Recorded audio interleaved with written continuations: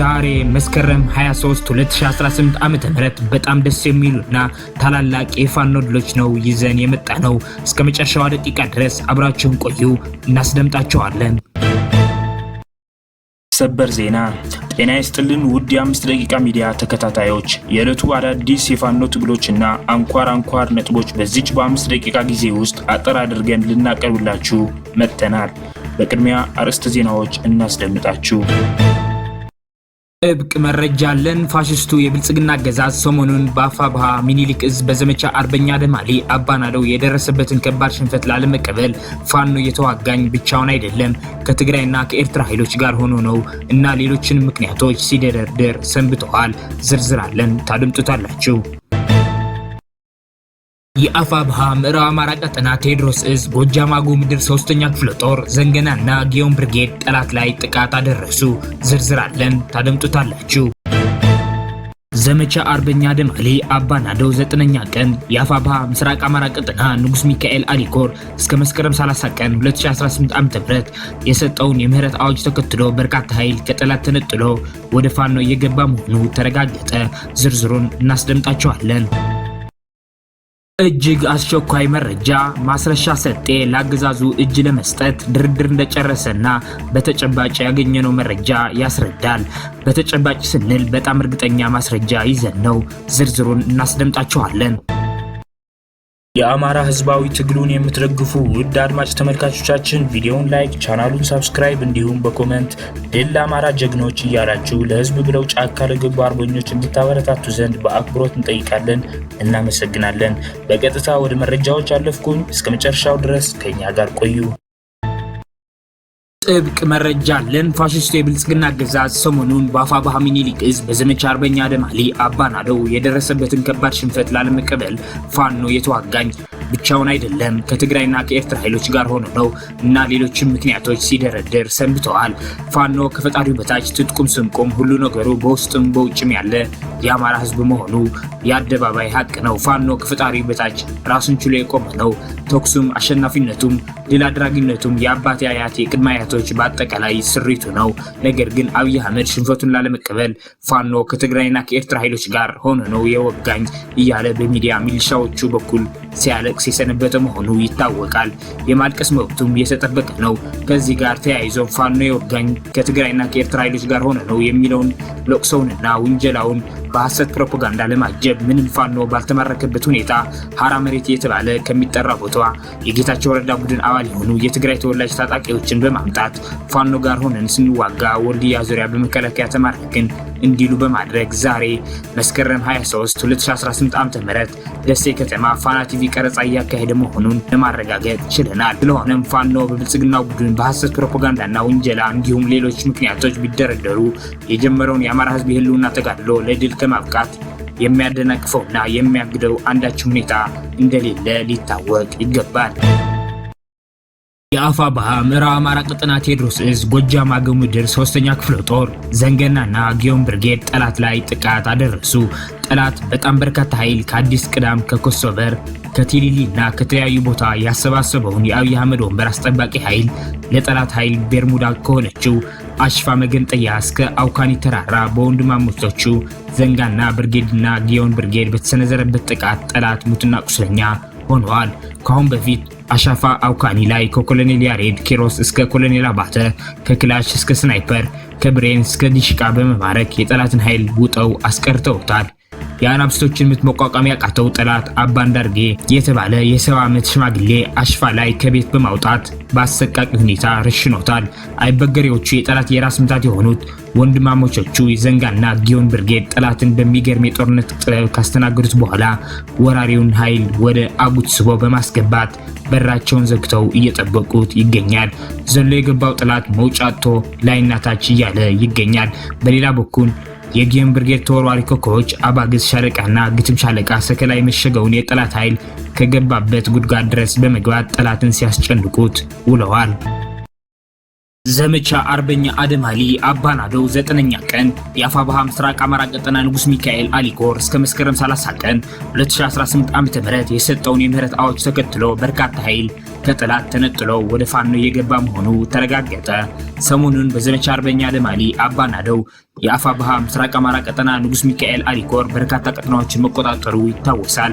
በተንተናና መቅደላ እንዲሁም በከለላና ጃማ ብሎም በመካነ ሰላም ግንባር የኮር ሰራዊት ቁልፍ አካባቢዎችን ከጠላት በመንጠቅ ሙሉ በሙሉ በመቆጣጠር የሲቪል አስተዳደር መዋቅር ከመዘርጋቱ ባሻገር የጠላት ኃይል ቀንደኛ ዋጊዎችን ስፍር ቁጥር ከሌለው ሰራዊት ጋር እስከ ወዲያኛው መሸኘት መቻሉን የኮር ዋና አዛዥ አርበኛ አብኖ ታደሰ በትናንትናው ዕለት መናገሩ ይታወሳል።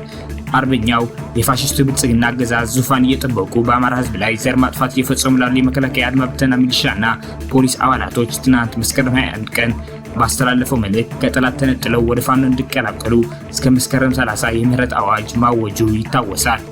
ይህን ተከትሎ በዛሬው ዕለት ብቻ አንድ ቲም የሚሆኑ ሚሊሻዎች በመካነ ሰላም ግንባር ከጠላት የከዱ ሲሆን ቁጥራቸው ያልተገለጸ የ23ኛ ክፍለ ጦር አድማ ብተና አባላትም ከካምፕ መጥፋታቸው ታውቀዋል። መዳረሻው ድልና ነጻነት የሆነው የአማራ ህዝብ የህልውና ተጋድሎ ተጠናክሮ ይቀጥላል። እጅግ አስቸኳይ መረጃ ማስረሻ ሰጤ ለአገዛዙ እጅ ለመስጠት ድርድር እንደጨረሰና በተጨባጭ ያገኘነው መረጃ ያስረዳል። በተጨባጭ ስንል በጣም እርግጠኛ ማስረጃ ይዘን ነው።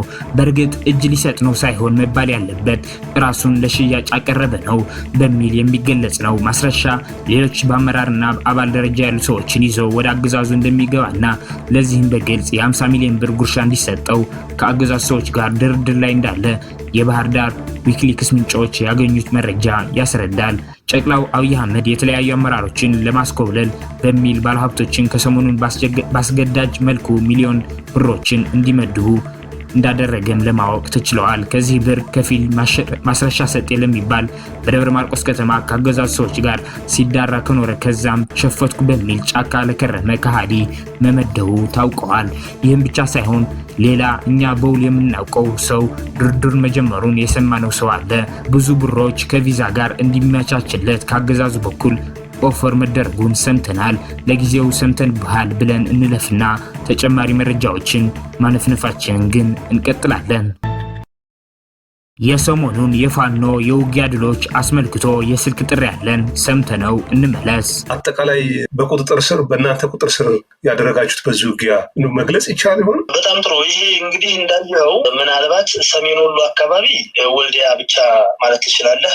ተቆርጦ የቀረ የላሊበላ ይኖራል። እንዲሁ ጋሸና ላይ ከበባ ያለ፣ ላሊበላም ላይ ያለ ተቆርጦ የቀረ ከበባ ውስጥ ያለ ኃይል ነው ያለው። ምናልባት ነፍስ ውጭ ነፍስ ግቢ ላይ ያለ ኃይል ነው በዛ በኩል በወገርቴና። በአጠቃላይ ግን ዋና መስመሩን ተከትሎ ወልዲያ ለመድረስ 3 ቀን ነው የፈጀው። እንግዲህ ዋና መስመሩን ተከትሎ ውጊያው ለማድረግ ሰራዊታችን በጣም ፈጣን አጥቂ እንዲሆን ተደርጎ ነው የሰለጠነው። በተፈጥሮ ደግሞ ጽናት ያለው ሰራዊት ስለሆነ በኪሎ ሜትር እንዴት ብዬ ልገልጽ እንደስ ይችላል። አሁን ምዕራብ ወሎውን ብትወስድ በከፍተኛ ፍጥነት ሁሉም ወረዳዎች ላይ ማጥቃት ተደርጎ የወረዳ ከተሞች ነፃ ያወጡበት ሁኔታ ነው ያለው። በሌላ መልኩ ደግሞ እንግዲህ አሰፋፈራችን የፋኖ አሰፋፈር እንደምታውቀው እያለፈ ጭምር ወይ ደግሞ የተበታተነ አሰፋፈር ነው ያለው እና ያንን አቀናጅተን ወደ ግንባር ሲገባ በሁሉም አካባቢ ማጥቃት ሲደረግ ዋና መስመሮች በተለይ ደግሞ ከወልዲያ ወደ ባህር ዳር የሚወስደው ዋና መስመር፣ ከወልዲያ ወደ አለማጣ የሚወስደው ዋና መስመር፣ ከወልዲያ ወደ ደሴ የሚወስዱ መስመሮች የሚወስደው መስመር፣ ከመካነ ሰላም ወደ ደሴ የሚወስደው መስመር በውስጥ ያሉት ኮሪደሮቹ